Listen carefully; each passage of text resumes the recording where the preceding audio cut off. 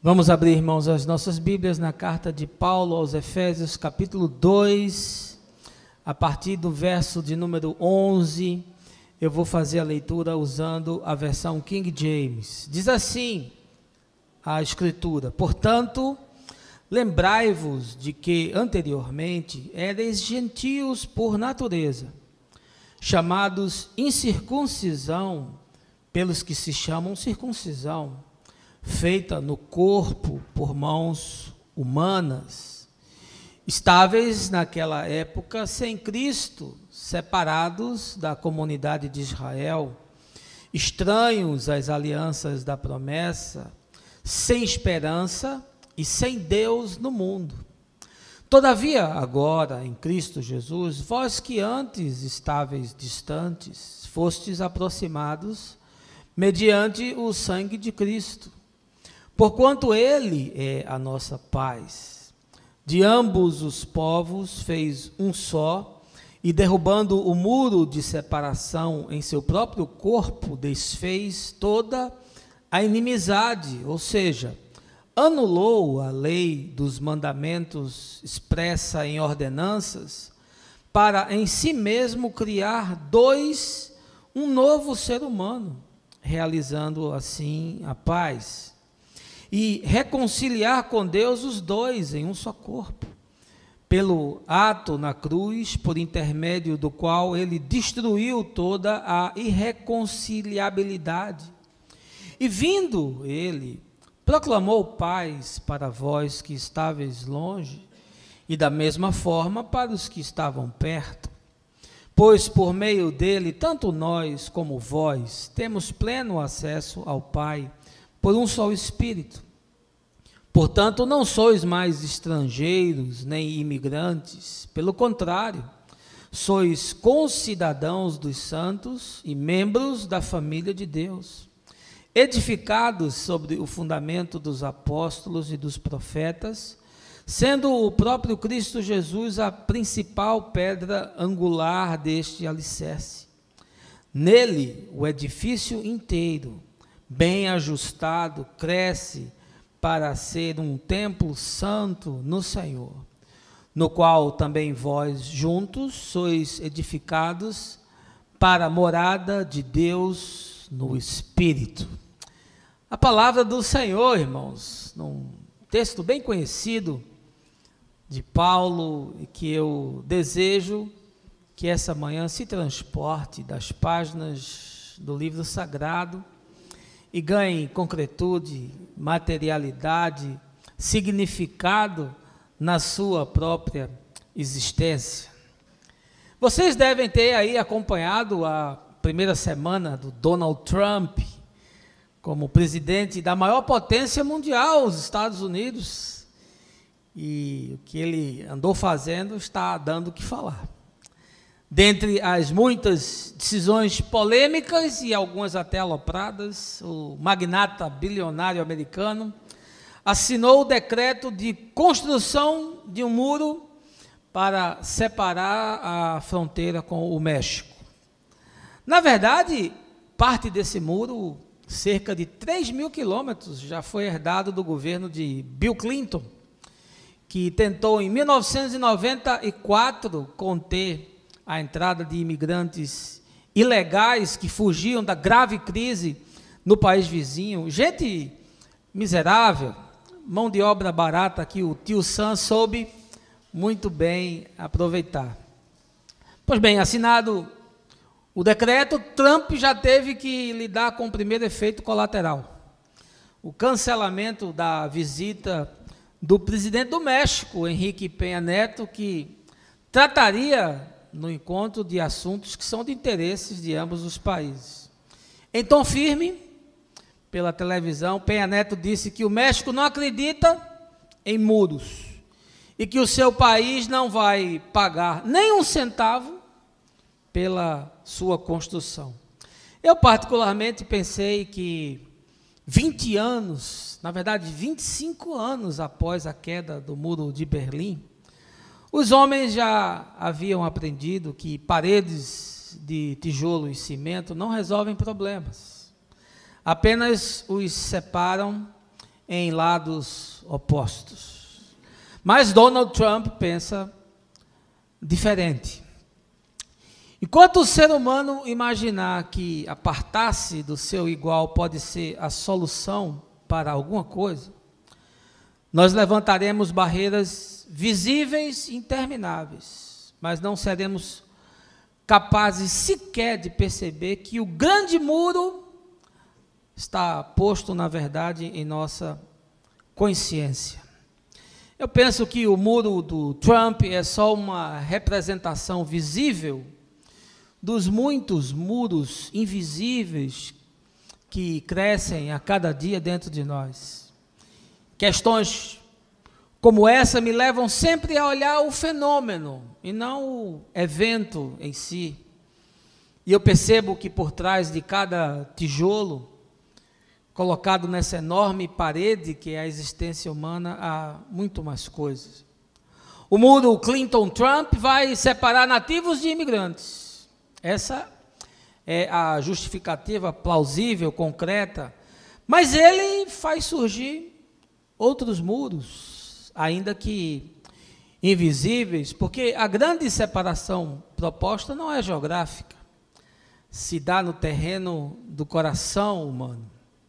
Atitudes como essa foram as que criaram ao longo da história da civilização o mesmo muro que separa negros de brancos, pobres de ricos, direita de esquerda, capitalistas de socialistas, religiosos de ateus, Oriente de Ocidente, protestantes de católicos e islâmicos de cristãos, héteros de gays, e tudo aquilo que separa as pessoas. Há um fenômeno muito maior e mais amplo por trás desse muro, e ele é algo de dimensões globais, não é local, como talvez a grande maioria das pessoas pense. Li um artigo essa semana do meu amigo Dilson Cunha, que é arquiteto, pensador e articulista lá de Brasília, em que ele revela as entranhas do que está se configurando em escala mundial. Afirma com uma precisão cirúrgica o seguinte: quando se vê a ascensão de um narcisista como Donald Trump, com toda explicitude no discurso de ideias de fundo supremacista, com imensa carga de preconceitos e desprezo pelo humano, com a tônica isolacionista, protecionista, eivada de toda verborragia, de tom agressivo, com seu desprezo pela imprensa, a noção de direitos humanos e qualquer compreensão da iminente hecatombe ambiental. E quando tudo isso é subscrito por considerável parte da sociedade e parte particularmente cristã, fica razoavelmente fácil entender como o nazifascismo foi possível na Europa de Hitler e de Mussolini. Você pode perceber o que está acontecendo? Acha que é apenas um muro para barrar imigrantes?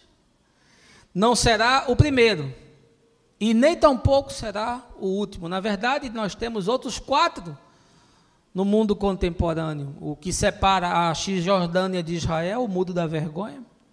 O muro de Ceuta e Melilla na África, o muro de Ervos na fronteira entre Grécia e Turquia e o muro que separa a Coreia do Norte da Coreia do Sul. Mas a questão central e que urge é a seguinte: quantos muros já cresceram aí em você? E quantos ainda vão crescer? Essa manhã, utilizando o texto do apóstolo Paulo na sua carta aos Efésios, nós vamos fazer uma transposição das verdades das Escrituras, de tal forma que elas possam se adequar às realidades que são prementes nesse tempo. Vamos transformar doutrina em vida, letra em atitude, texto em ação, sem o qual toda religião é vã e não se aplica para absolutamente nada debaixo do sol. Mas eu não queria avançar sem antes lhe convidar a um momento de oração. Baixa aí a sua cabeça, feche os seus olhos. Meu Pai, Tempo difícil esse, em que os homens, ao invés de construir pontes, erguem muros. Tempo difícil esse, onde um país se isola, querendo viver na opulência, enquanto nas suas fronteiras gente miserável agoniza. Tempo difícil esse, onde as pessoas morrem afogadas nos oceanos, na tentativa de encontrar um pouco de paz e de sossego e de oportunidade, fugindo de guerras implacáveis. Tempo tão difícil esse, em que muros invisíveis crescem dentro de nós, muros que separam pessoas por ideologias, por religiões, por filosofias. E essa manhã, Pai, nós queremos andar na contramão, queremos ser a contracultura e ir contra todo o sistema que separa os indivíduos uns dos outros, porque nós entendemos que na cruz do Calvário todos nós fomos reconciliados, não somente contigo, mas uns com os outros. E, portanto, o convite hoje é para derrubarmos muros e não construí-los. Alarga, portanto, o nosso entendimento, quebranta o nosso coração para agasalhar a tua boa palavra em nós. É o que eu te peço, em nome de Jesus. Amém. Deixa eu lhe convidar para você voltar para o ano 60 depois de Cristo, para a segunda maior cidade do Império Romano, que é a cidade de Éfeso, uma grande metrópole, para refletirmos nessa carta pastoral do apóstolo, também uma carta de cunho doutrinário. Éfeso hoje fica na Turquia. Naqueles dias era uma efervescente cidade de cultura helênica, com a grande biblioteca de Delfos, um anfiteatro enorme, de onde eu assisti uma preleção maravilhosa do pastor Caio, olhando para as ruínas daquela cidade enorme, pensando no burburinho que eram aquelas ruas, imaginando João, Priscila, Áquila, Apolo e o próprio Paulo trafegando por ali, pregando e ensinando o Evangelho. Destaque, dentre outras coisas, da cidade de Éfeso era o templo de Diana, que era considerado inclusive uma das 7 grandes maravilhas do mundo antigo. Essa comunidade que foi iniciada com um pequeno grupo, olha porque eu falo tanto de pequeno grupo, na casa de Priscila e de Áquila, foi consolidada pelo apóstolo na sua segunda viagem missionária, e nós aprendemos no livro de Atos que Paulo passou 3 anos nessa pujante igreja, que depois vem a se constituir a maior igreja da Ásia Menor, ensinando de casa em casa, visitando, labutando, para que de alguma forma Cristo fosse formado no coração, na consciência daqueles homens, e ali Paulo constitui presbíteros e bispos que depois vão transformar essa comunidade de fé num centro apostólico, de onde Paulo vai demandar uma série de iniciativas de abertura de igrejas. Alguns biblicistas e teólogos são unânimes em afirmar que muito provavelmente aquelas 7 igrejas que Apocalipse fala, capítulos 2 e 3, foram iniciadas por essa companhia apostólica que Paulo estabelece ali na cidade de Atos. A gente visitou algumas dessas cidades, né, Anderson, na nossa viagem. Estou muito feliz de estar vendo você aqui, mano. Portanto, Paulo gasta tempo do seu ministério para consolidar aquela igreja que é estratégica e envia Timóteo para pastorear a vida daqueles irmãos que ali se estabelece. Na verdade, esse é um fenômeno que acontece simultaneamente em muitos lugares. Depois da perseguição em Jerusalém e da diáspora desses apóstolos que foram quase que expurgados para divulgar o Evangelho, Paulo se torna esse grande embaixador dos gentios, abrindo comunidades em todo o território da Ásia, e dando sempre prioridade a essas grandes metrópoles capazes de abrigar comunidades que produzissem frutos. Assim foi na Galácia, depois em Colossos, em Filipos, em Corinto. Portanto, Paulo é um homem com uma visão muito estratégica daquilo que ele está sendo desafiado a fazer e concentra as suas ações nesses territórios. Agora, em todos os lugares que Paulo chegava, tinham comunidades judaicas, porque por diversos fatores, os judeus também foram deixando os territórios de Israel e foram se espalhando pelo mundo. Portanto, sempre que ele chegava numa dessas cidades, a primeira iniciativa era procurar uma sinagoga. E ali ele ficava por 2 ou 3 dias ensinando, até que a moçada expulsava ele, queria matar, apedrejar.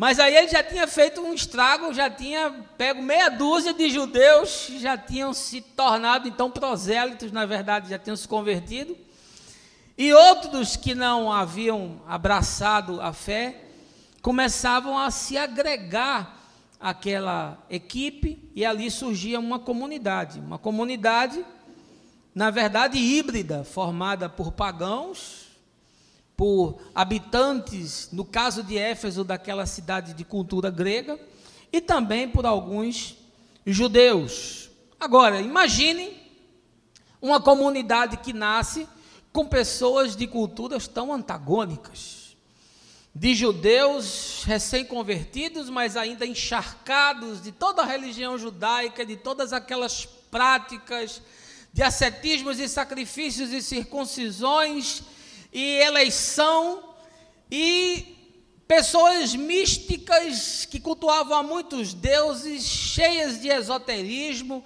cheias de crenças, cheias de manias, e você pega essa moçada e coloca tudo no mesmo lugar. É como você colocar pentecostal e calvinista e achar que entre eles não vai haver nenhum tipo de problema. Portanto, não só eram divergências religiosas, mas aquelas comunidades eram formadas de homens e de mulheres. E homens e mulheres nesse mundo de Paulo não são a mesma coisa. Ora, no nosso ainda não é. Imagina nesse mundo. Eram comunidades formadas de servos e de senhores. Eram comunidades formadas de ricos e de pobres. Eram comunidades formadas de gente letrada e de gente inculta.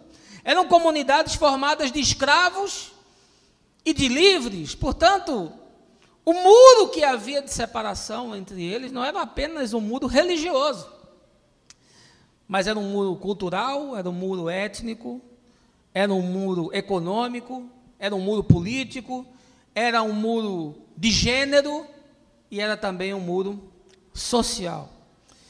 E, obviamente, é essa pluralidade desses grupos um dos fatores que causa muitas divisões e que causa muito problema nessas comunidades neotestamentárias. Por isso, Paulo escreve essa carta aos Efésios de cunho pastoral, mas tendo como tema principal a unidade da igreja. O foco está justamente nessas divisões que haviam entre os judeus e os gentios. Agora, se você for refletir, quem é o judeu desse tempo? Olha, o judeu desse tempo é a nata religiosa do mundo. Ele se imagina 10 passos à frente de qualquer outro povo. Por quê? Porque é uma nação que se sente separada, que se sente escolhida, que se sente privilegiada, que se sente diferenciada, que se sente elitizada,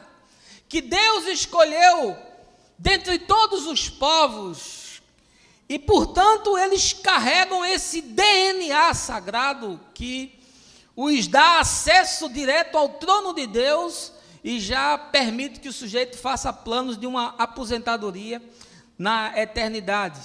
Israel, apesar do momentâneo instante de atrofiamento e de escravidão que já durava aí por mais de pelo menos 600, 700 anos, aguardava a volta da supremacia econômica dos dias de Davi, política, de ser uma nação forte, que dominasse novamente o mundo, e para tal aguardava o surgimento desse Messias belicioso, desse rei que vai então enfrentar o grande império romano e destronar o César Augusto, de tal forma que o judeu volte a ser cabeça e não mais cauda, que volte a ser protagonista e não coadjuvante.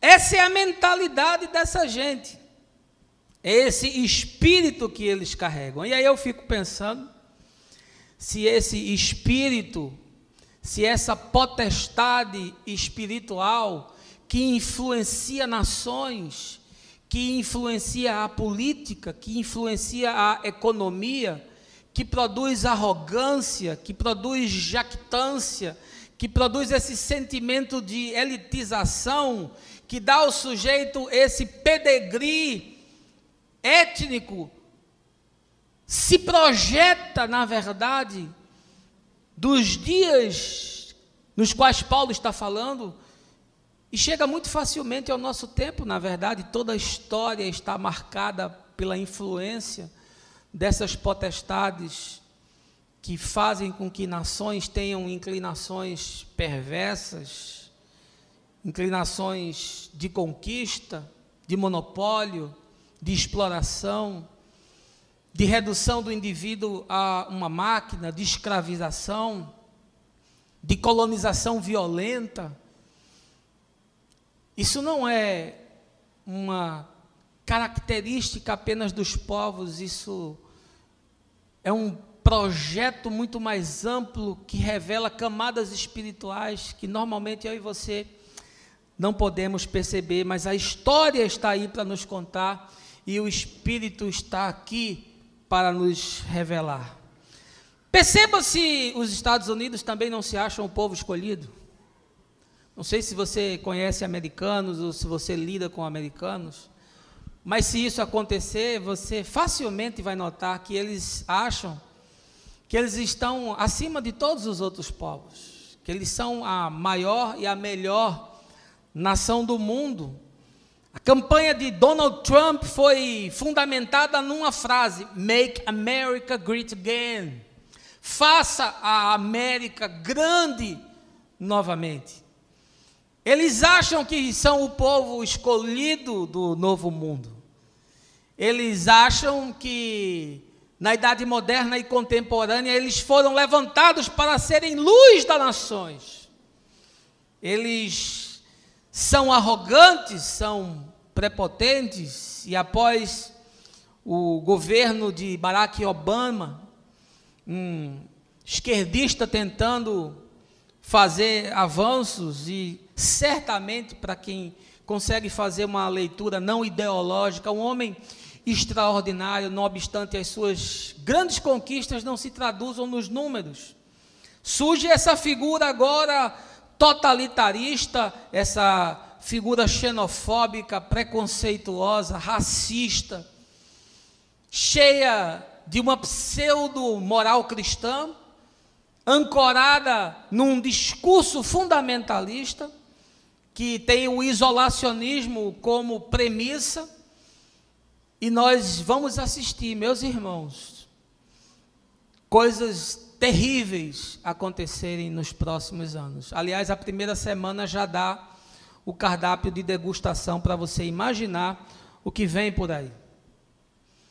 O judeu se parece muito com o americano. Aliás, não à toa que Wall Street é dominada por judeus.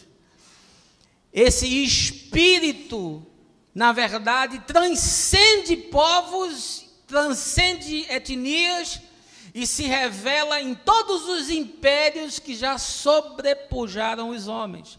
Você vai ver isso desde os egípcios, passando pelos assírios, pelos babilônicos, pelos persas, pelos gregos, pelos romanos, pelo cristianismo medieval, que não deixa de ser uma potestade político-espiritual, e agora em tempos mais recentes nós percebemos isso no Império Americano. Mas a história nos ensina que impérios nascem e morrem, são levantados e são destruídos. Muitos afirmam que o próximo império que vai dominar o mundo é o império da China. quem viver verá. Certo é que nós estamos diante de um fenômeno muito mais amplo, muito mais extenso do que apenas a construção de um muro. E que bom seria se você conseguisse enxergar nessa dimensão. Nós estamos vivendo um mundo que se desarticula, que se fecha, que se entrincheira, que fecha suas fronteiras, e o fenômeno da globalização, que trouxe uma série de inconvenientes e de problemas, não tenha dúvida, agora está sendo revertido por um fenômeno de internalização. O movimento da Inglaterra de sair do mercado europeu já é um prenúncio do que está para acontecer. O mesmo já surge na França com lideranças de extrema direita, e nós vemos um recrudescimento de tudo aquilo que poderia promover paz, fraternidade, solidariedade, e que toda essa tecnologia e esse avanço resultasse de alguma forma em bem traduzido para a humanidade, a serviço das pessoas. O que se projeta para frente é algo extremamente tenebroso, e não me surpreende, mas desgraçadamente, os grandes apoiadores desses projetos são cristãos. Você sabia que os evangélicos foram maciçamente apoiadores da campanha de Donald Trump? Sobretudo aqueles calvinistas triunfantes, né? Que tão bem descreveu Max Weber naquele livro sobre a ética protestante. No Brasil, nós já estamos vendo os primeiros espasmos desse fenômeno surgir aí na figura do Bolsonaro, que certamente vai escolher um vice evangélico para atrair votos de pessoas que não têm a profundidade ainda de perceber o desenho perverso que se está construindo. E eu tenho muita esperança que daqui para lá algumas vozes sensatas se levantem para desarticular um Brasil evangélico, porque eu acho que seria uma grande tragédia. Um Brasil totalitarista, um Brasil onde a xenofobia, o preconceito, o fundamentalismo se torne a regra, a ponto de alguns dizerem que preferem que haja novamente do governo militar, uma queda de braço entre a democracia e todo tipo de opressão que nasce de governos totalitários, que seria um regresso sem precedentes. Como eu gostaria que a igreja pudesse perceber e discernir que historicamente ela sempre ficou do lado errado. Mas eu não tenho tempo para me aprofundar nessas questões de ordem política e socioeconômica, mas quero apenas nesse painel, nesse mosaico, perguntar a você quais são os muros que cresceram dentro de você. O muro de Trump não vai te afetar diretamente e imediatamente. Mas a minha questão é, quais são os muros que cresceram dentro de você? Quais são os muros que estão crescendo dentro de você e produzem separação, e produzem preconceito, e produzem esse sentimento arrogante, jactante, preconceituoso, que produz essa falsa ideia de melhores e de piores, de escolhidos e de rejeitados, de eleitos e de desprezados. Quem sabe você carrega já em si separações do ponto de vista étnico ou de gênero, ou quem sabe o seu muro é um muro social, é um muro religioso, é um muro ideológico político, é um muro sexual, é um muro filosófico, é um muro econômico, eu não sei, mas o que eu sei é que a perspectiva do Evangelho nos chama a observar esse fenômeno de forma cuidadosa e nos convida a nos posicionar de maneira totalmente antagônica. Deixa eu lhe dizer uma coisa, nós somos aqueles que andam na contramão. Nós somos aqueles que remamos contra a maré. Nós somos aqueles que abraçamos o que não é um sucesso de massa. Nós somos aqueles que caminham na perspectiva contrária do que o sistema apregoa. E não sendo assim, há alguma coisa de errado naquilo que nós dizemos e naquilo que nós fazemos. Portanto, o texto de Paulo, que eu li há pouco para vocês e ao qual eu quero voltar agora, ele convido a retornar à sua Bíblia, a mensagem é expositiva, nos ensina que diante desse contexto de divisões, e são divisões, como nós percebemos, de vários níveis, qual é a proposta do Evangelho?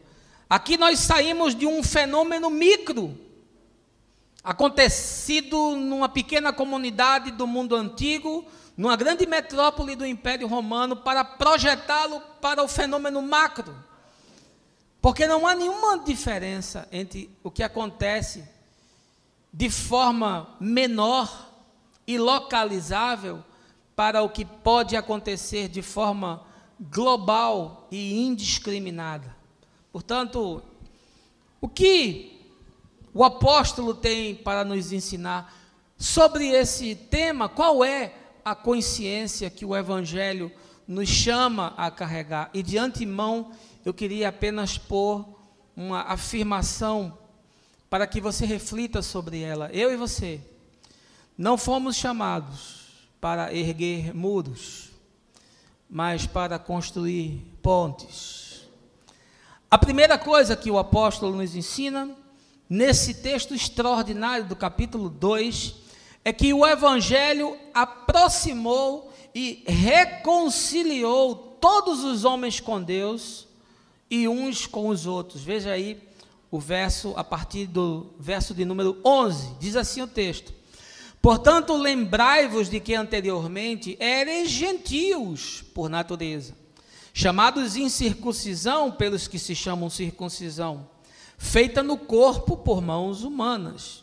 Vocês estavam naquela época sem Cristo, separados da comunidade de Israel, estranhos às alianças da promessa, sem esperança e sem Deus no mundo. Todavia agora, em Cristo Jesus, vós que antes estáveis distantes, fostes aproximados mediante o sangue de Cristo. Deixa eu lhe dizer uma coisa: tudo aquilo que carrega o Evangelho chama o homem à reconciliação, à aproximação, à pacificação, não só com Deus, mas uns com os outros. É isso que Paulo está nos ensinando. Ele diz: olha, nós vivemos todo o tempo separados por ideologias de caráter religioso, e essas ideologias promovem preconceito, elas promovem afastamento, elas promovem rupturas, e não raro rupturas violentas. Mas Paulo diz que no advento da vinda, da morte e da ressurreição de Cristo, que nos revela o que é o Evangelho, tudo isso veio abaixo. Ora, se você for estudar história, você vai perceber que as grandes guerras mundiais, os grandes conflitos mundiais, sempre foram conflitos de cunho religioso. Aliás, a próxima guerra que se desenha, quem sabe a terceira e última, é uma guerra de caráter religioso, mais uma vez, entre os fundamentalistas islâmicos e os radicais cristãos, porque entre o fundamentalismo de um e dos outros eu não consigo ver nenhuma diferença. Ah, pastor, mas eles colocam bombas no corpo, entram em lugares e matam as pessoas. Eles degolam os cristãos, eles tocam fogo naqueles que confessam a Jesus. É verdade. Vá para a Idade Média e veja o que foi que o cristianismo fez com mulheres, veja o que fez com negros, e veja o que fez com os índios nas colonizações ibéricas, em nome de Deus.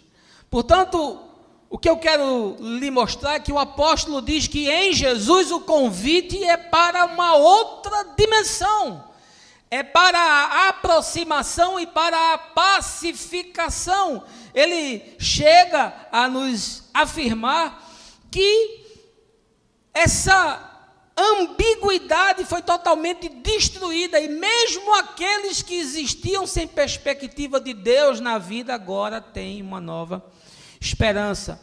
O Evangelho é um convite à reconciliação, ao encontro, a que nós baixemos as nossas fortalezas, a que nós possamos depor as nossas armas, a que nós nos coloquemos apartados dos nossos preconceitos. Portanto, tudo aquilo que carrega o Evangelho tem isso como premissa. E tudo que promove afastamento, tudo que promove distanciamento, tudo que promove inimizade, tudo que promove preconceito, tudo que promove cerceamento, não tem absolutamente nada a ver com o que Jesus ensinou, não obstante possa ser capitaneado por cristãos e possa ser feito pela igreja. O sangue e a cruz do Senhor abrem uma nova era universal, onde Deus tomou a iniciativa de se reconciliar com o homem e convida a todo homem a se reconciliar com o seu semelhante. Nós vivemos no mundo de Jean-Paul Sartre, que diz que o inferno é o outro. Mas eu quero lhe dizer que nós carregamos a consciência do Evangelho, que diz que eu não posso existir sem o outro. E que diz que só é possível amar a Deus quando eu o amo no outro. Porque foi assim que Deus escolheu ser amado. E esse é o resumo de toda a lei e dos profetas. Amar e discernir Deus como Ele é. E me reconciliar, aceitar, amar e servir o meu semelhante como resultado da minha fé prática, sendo colocada como vida no chão de cada dia. O que passar disso, meu irmão, pode ser qualquer coisa, mas não é Evangelho. Evangelho é o único caminho para um mundo doente. E como eu me entristeço de ver que a igreja poderia ser protagonista da história, e podia influenciar os homens que dirigem as nações, como no passado já aconteceu, em alguns pequenos recortes da história humana. A fé de homens como John Wesley influenciaram uma nação inteira e tiveram repercussão nas leis do país e promoveram coisas extraordinárias, mas os tempos eram outros. Que pena que nesses dias os profetas são apenas fundamentalistas verborrágicos, são profetas de templo, que falam para guetos alienados, mas não tem nenhuma projeção do ponto de vista das nações, não possuem nenhuma credibilidade, nenhum respeito para serem ouvidos, até mesmo porque eles não têm o que falar, a não ser para o seu próprio público. É uma linguagem teológica tão afeita a comunidades fechadas que o mundo não consegue entender. Primeira coisa que Paulo nos ensina, meus irmãos, é que o Evangelho aproximou e reconciliou todos os homens com Deus e todos os homens uns com os outros. Aqueles que estavam apartados, aqueles que estavam distantes, os que não eram incluídos na possibilidade da salvação. Em Jesus, a porta se abriu e todos foram convidados a participar do banquete. Portanto, tudo que carrega o Evangelho carrega essa premissa. E tudo que despreza essa verdade, despreza também o Senhor, ainda que venha com o glacê da religião. Segunda coisa que o apóstolo nos ensina é que o Evangelho propõe, a partir de uma nova consciência, o fim de todo desnivelamento existencial, ou seja, social, político e econômico. Veja aí o verso de número 14. Porquanto ele é a nossa paz, de ambos os povos fez um só, e derrubando o muro de separação, em seu próprio corpo desfez toda a inimizade, ou seja, anulou a lei dos mandamentos expressa em ordenanças, para em si mesmo criar dos dois um novo ser humano, realizando assim a paz, e reconciliar com Deus os dois em um só corpo, pelo ato na cruz, por intermédio do qual ele destruiu toda a irreconciliabilidade. Ou seja, o apóstolo está nos dizendo que as barreiras que separavam os povos, todas foram desfeitas na cruz. Os muros de inimizades foram desfeitos na cruz. E esse novo ser humano, que Jesus nos convida a ser, e que o Evangelho nos propõe abraçar, é um homem formado a partir de uma nova consciência, não é um homem mais regido pelas leis da religião. E nós sabemos que as leis religiosas de Israel não tinham efeito apenas do ponto de vista do sagrado. As leis tinham reverberações sociais, as leis tinham um caráter ético-moral, as leis tinham projeções estatais, políticas, econômicas. Na verdade, todas as ações daquele povo eram feitas a partir daquela lei constituída como mandamento. Portanto, mistério nós olharmos para o texto e compreendermos a sua projeção aqui. Paulo não está apenas falando do caráter meramente cultico, não é algo que abrange apenas os sacerdotes, mas todos os aspectos que regem a nação de Israel. E o que nós percebemos é que o chamado que nós temos é para termos uma nova consciência. E essa consciência tem o objetivo de fazer um nivelamento em todos os indivíduos. Não há mais muros de separação. E aí eu queria lhe dizer o seguinte: tudo aquilo que se propõe com o objetivo de nivelar, de trazer para cima aquele que está abatido, aquele que foi excluído, aquele que foi achatado, aquele que foi esmagado, aquele que foi desprezado, aquele que não teve oportunidade, aquele que não estudou no melhor colégio, aquele que não morou no melhor bairro, aquele que não formou o melhor network, aquele que não teve acesso às melhores tecnologias, aquele que não trabalhou em multinacional, aquele que não pôde estudar inglês, aquele que não pôde fazer um estágio de experiência numa outra nação. Tudo que promoveu o nivelamento do ser humano carrega a consciência do Evangelho. E tudo que produz exclusividade, cerceamento, diferenciação, amputação, exclusão, carrega a semente do mal. E mesmo que seja patrocinado pela igreja ou por um presidente dito cristão, não carrega em absoluto nada daquilo que está proposto em Jesus. E aqui eu abro um parêntese. Me choca como a igreja não consegue perceber isso. Me choca como um indivíduo como Bolsonaro, que carrega um currículo aparentemente ligado à corrupção, íntegro e impecável, mas por todo o conjunto da obra não seja facilmente identificado como alguém que não agrega, apenas separa e promove divisão, dissensão, exclusão, preconceito. Me choca como milhões de pessoas vão ser atraídas ao voto de uma campanha totalitária que vai propor um governo fundamentalista de extrema direita, e vocês sabem que eu não tenho ideologia política, portanto fico muito confortável para falar essas coisas, porque faço elogio a Lula quando Lula deve ser elogiado, e faço críticas agudas quando deve ser criticado, faço elogios a Fernando Henrique quando acho que deve ser elogiado, e faço críticas agudas quando acho que tem que ser criticado, porque a minha posição como profeta, mestre pregador do Evangelho é de total independência dessas coisas. O meu partido, meu irmão, é Jesus. A minha ideologia é o Evangelho. A minha vida é a pregação do reino de Deus. Eu não tenho parte com nada que não seja isso. E tudo que se alinhar com isso, se alinha comigo, independente da cor da bandeira.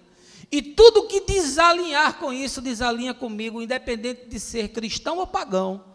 Portanto, o texto nos ensina que esse novo homem que é criado em Cristo é um homem que busca a paz. Ele busca aquilo que está expresso em Mateus capítulo 5, as bem-aventuranças. São aqueles que são quebrantados, são aqueles que são humildes, são aqueles que têm fome e sede de justiça, são aqueles que são pacificadores. Portanto, toda vez que eu olho para um governante, para saber se ele alinha ou ele não alinha com o Evangelho, eu faço esse raio-x e comparo ele com essas premissas. Porque eu sei que tudo aquilo que tem a ver com Jesus é proposto a partir de uma nova consciência e produz e promove e propõe um nivelamento existencial. Não é nada que segregue, não é nada que diga, olha, vocês são de terceiro mundo. Que pena, que azar. Agora vocês vão ter que acabar desse jeito. Vocês vão ter que viver com isso a vida inteira. Não, eu não acredito nisso. Eu acredito em homens que possam carregar uma consciência tal, que produzam, que os grandes fossos e os grandes abismos existenciais, sociais, políticos e econômicos sejam encurtados. Eu acredito que políticos e governantes que carreguem a consciência do Evangelho poderiam promover isso, mas ficaria imensamente feliz se visse ateus capazes de fazer isso, porque a promoção do bem, de alguma forma, carrega o amor de Deus. Não é a confissão de uma ideologia religiosa que me fala do caráter de alguém, mas é aquilo que ele faz, é aquilo que ele promove, são as causas que ele abraça, que me revela quem é essa pessoa. Não é o fato dele sentar num banco de igrejola, não é o fato dele dizer que tem uma herança protestante ou católica, não é o fato de andar com a Bíblia debaixo do braço, não é o fato de se envolver com os movimentos sectários e super alucinógenos das igrejas, na sua esmagadora maioria, mas é com o compromisso que essa pessoa tem com a causa, a dor daquele que não tem absolutamente nada para oferecer, que não tem voz para falar, que não tem representatividade para se manifestar. Isso me revela alguém que está comprometido com o Evangelho. E é isso o que Paulo me mostra, me ensina que essas leis foram derrubadas. As leis que promoviam separação, exclusão, diferenciação, discriminação, foram extintas, porque em Jesus os homens são chamados a se respeitarem, a poderem viver em paz, a poderem coexistir. E com isso eu não estou aqui pontuando um discurso marxista, não sou infantil a imaginar que no mundo que nós vivemos o marxismo tem qualquer possibilidade de sucesso. E também não estou dizendo que o capitalismo é o sistema ideal, ainda que me pareça ser aquele que consegue ainda promover algum tipo de equidade e algum tipo de possibilidade de vida. O melhor sistema seria o do reino de Deus, onde o apóstolo diz que aquele que plantou pouco não teve falta, e aquele que plantou muito não teve excesso. Mas eu não vivo no mundo que eu desejo, eu vivo no mundo possível, e portanto no mundo possível eu tenho que alinhar com aquilo que eu penso, que se aproxima mais da mensagem de Jesus. E em terceiro e último lugar, eu quero lhe dizer que o Evangelho propõe um novo modelo socioexistencial, que é o reino de Deus, e uma nova comunidade humana, que é a igreja. Veja aí a partir do verso 19. Portanto, não sois mais estrangeiros, nem imigrantes. Pelo contrário, sois concidadãos dos santos e membros da família de Deus, edificados sobre o fundamento dos apóstolos e dos profetas, sendo o próprio Cristo Jesus a principal pedra angular desse alicerce. Nele, o edifício inteiro, bem ajustado, cresce para ser um templo santo ao Senhor. Paulo fala, olha, você não é mais estrangeiro, você não é mais imigrante, não há mais um muro que separa você, não existe mais uma cerca eletrificada para que você não penetre, Não existe mais nenhum tipo de discriminação. Ninguém está dizendo que você é um habitante do terceiro mundo. Ninguém está dizendo que você não é bem-vindo porque você é miserável e você não vai acrescentar nada à nossa cultura. Ninguém está dizendo que você não é bem-vindo porque você não possui uma graduação diferenciada que vai permitir que as nossas empresas produzam mais, ganhem mais e enriqueçam mais. Não, ele está dizendo que a partir de agora não existem mais geografias do ponto de vista da revelação de Deus ao homem, não existem mais etnias. Israel não é mais essa nação supra-escolhida, não pode mais se arvorar de ter esse DNA diferenciado, não pode mais se ufanar de ser o povo escolhido. Não, em Jesus todos os homens se tornam cidadãos do mesmo reino, e em Jesus todos são convidados a fazer parte da família de Deus. Você quer saber o que é o Evangelho? O Evangelho é a mensagem que convida os homens a fazerem parte de um único sistema e a fazerem parte de uma única comunidade. O sistema é o reino de Deus, que é um conjunto de princípios e de valores totalmente diferente do que está posto aí. O sistema é o reino de Deus, que é uma nova matriz, que faz uma reconfiguração na sua consciência, muda os seus olhos e reverbera para que as suas práticas sejam práticas diferentes. O reino de Deus não é feito de catedrais, não é feito de púlpitos, não é feito de seminários teológicos. O reino de Deus, Jesus disse, está entre vocês, tem a ver com um estilo de vida. Não tem a ver com uma institucionalização da mensagem. Jesus não mandou fazer um conglomerado de empresas religiosas, ele nos desafiou a indo pelo mundo espalhar a boa nova de que Deus se reconciliou com os homens, chamou os homens para se reconciliarem uns com os outros e viverem num novo reino. Não é mais o Império Romano, não é mais o Império Europeu, nem tampouco é o Império Americano, nem será o Império Chinês. Eu e você somos cidadãos do reino de Deus. E a nossa comunidade é a comunidade de todo homem que se reconhece pecador e que confessa que o sangue e a cruz o incluiu na família de Deus. Tudo aquilo que alinha com essa mensagem tem a ver com Jesus, e tudo aquilo que desalinha disso não tem parte nele. Por isso eu não consigo entender, irmãos, como é que nós vemos discursos fundamentalistas, radicais, homofóbicos, discursos sexistas, discursos totalitários, discursos beliciosos, discursos intolerantes, e imediatamente não discernimos que isso não tem parte com o Senhor. Por favor, por favor. Infantilidade tem limite, ingenuidade tem limite. Jesus disse que nós tínhamos que ser simples como as pombas, mas astutos como as serpentes. Qualquer um com um discurso barato bota você no bolso, meu irmão. Uma pessoa com uma oratóriazinha mais rebuscada bota você no bolso. Por favor, você tem a mente de Cristo, que vergonha. Você tem as Escrituras, que vergonha a gente olhar e não discernir, não perceber, e achar que o fenômeno é a construção de um muro. Aí eu fiz uma postagem no Facebook, veio um bocado de gente lá, para dizer, pastor, você acha que eles não têm direito de se proteger, não? Eu disse, meu irmão, não estou falando de muro, de tijolo e cimento, não. Por favor, isso é só uma representação visível do muro invisível que já cresceu de dentro, e que já é uma muralha intransponível. Por favor. O Evangelho é essa síntese da pregação dos apóstolos e dos ensinos dos profetas, que nos convida a ser cidadãos e artesãos de um novo tempo. Nós deveríamos ser os propositores de uma nova sociedade, porque não somos.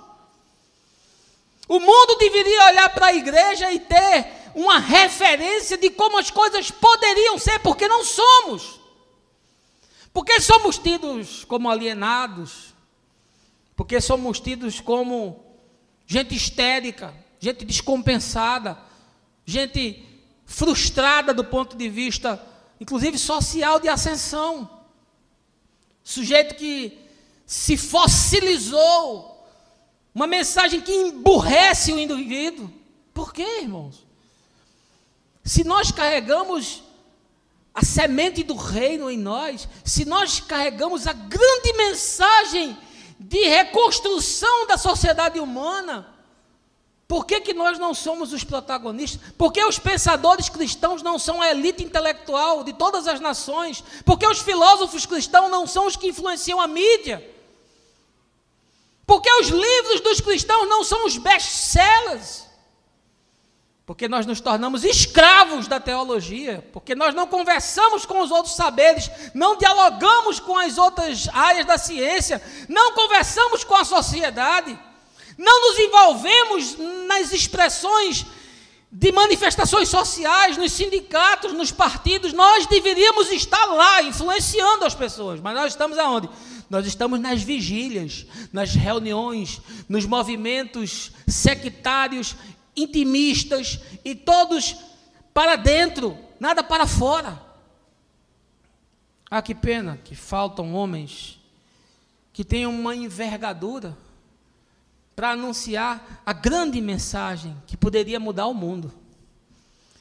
Paulo foi em Atenas, que era o centro da sabedoria. Foi convidado a conversar com os filósofos epicureus e estoicos no Areópago. Lembra lá, Anderson, daquela mensagem?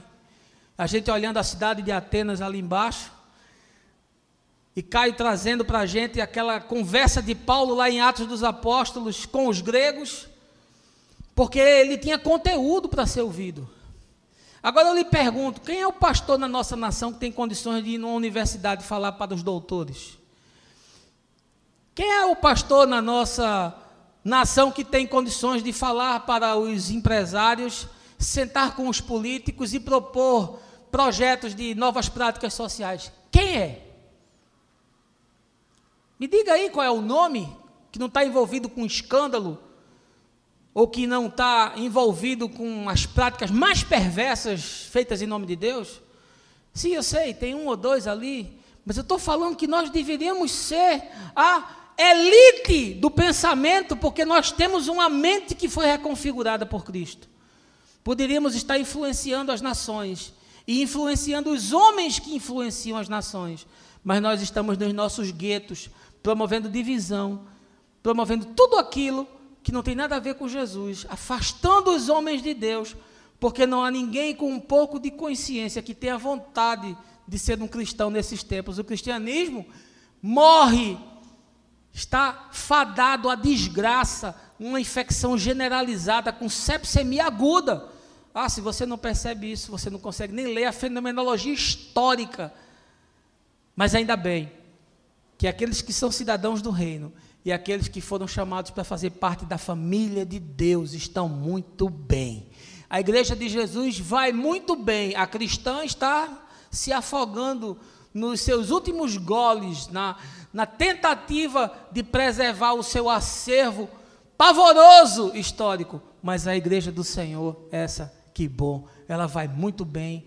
E nós vamos saber que nos próximos séculos Deus fará uma grande revolução na história da fé, porque eu não acredito que Ele venha buscar essa igreja que aí está.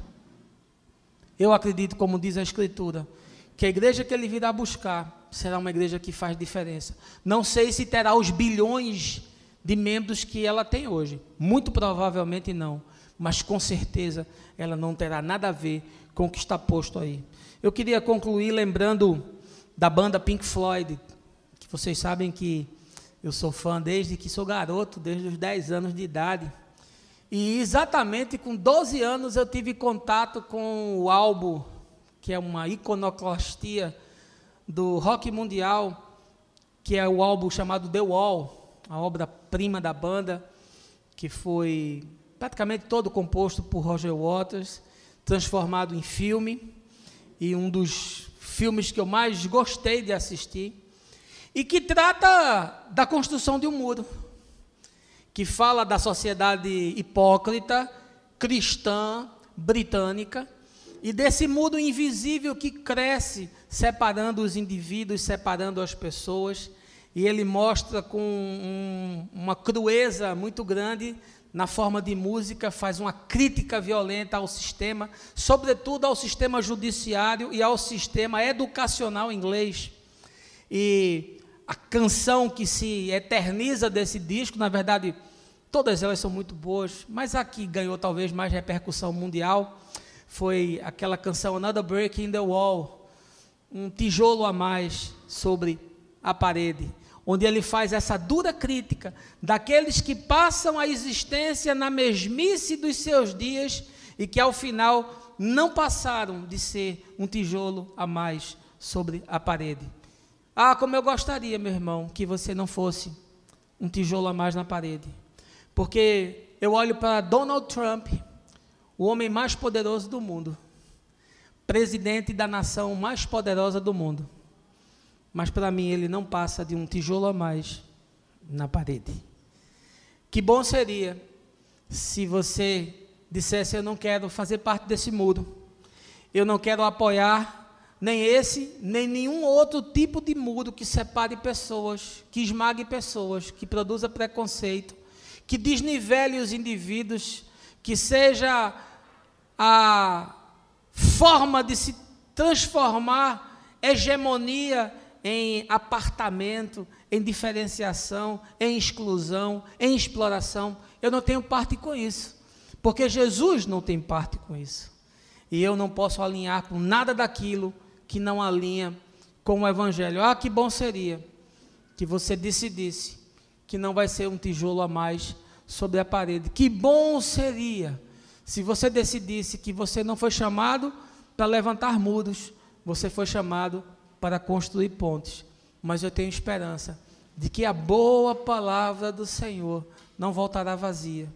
E Deus está levantando no mundo inteiro homens e mulheres em movimentos marginais, em pequenos grupos, em pequenas comunidades, sem pedigree, sem expressão, sem rotulação e sem história. Gente feito Melquisedeque, que surge você não sabe de onde, e que você olha e não sabe para onde vai, mas que se você estiver entre eles, facilmente você pode discernir que eles carregam a semente do reino e a consciência do Evangelho. Assim eu creio, assim eu prego, e o meu desejo é que essa palavra caia num coração que seja terra fértil para produzir fruto. Que o Senhor lhe abençoe, que você tenha um bom domingo, que você aproveite esse tempo com aqueles que você ama, que você curta esse final de férias, porque o ano vai começar. Que o Senhor nos abençoe, no nome de Jesus. Amém.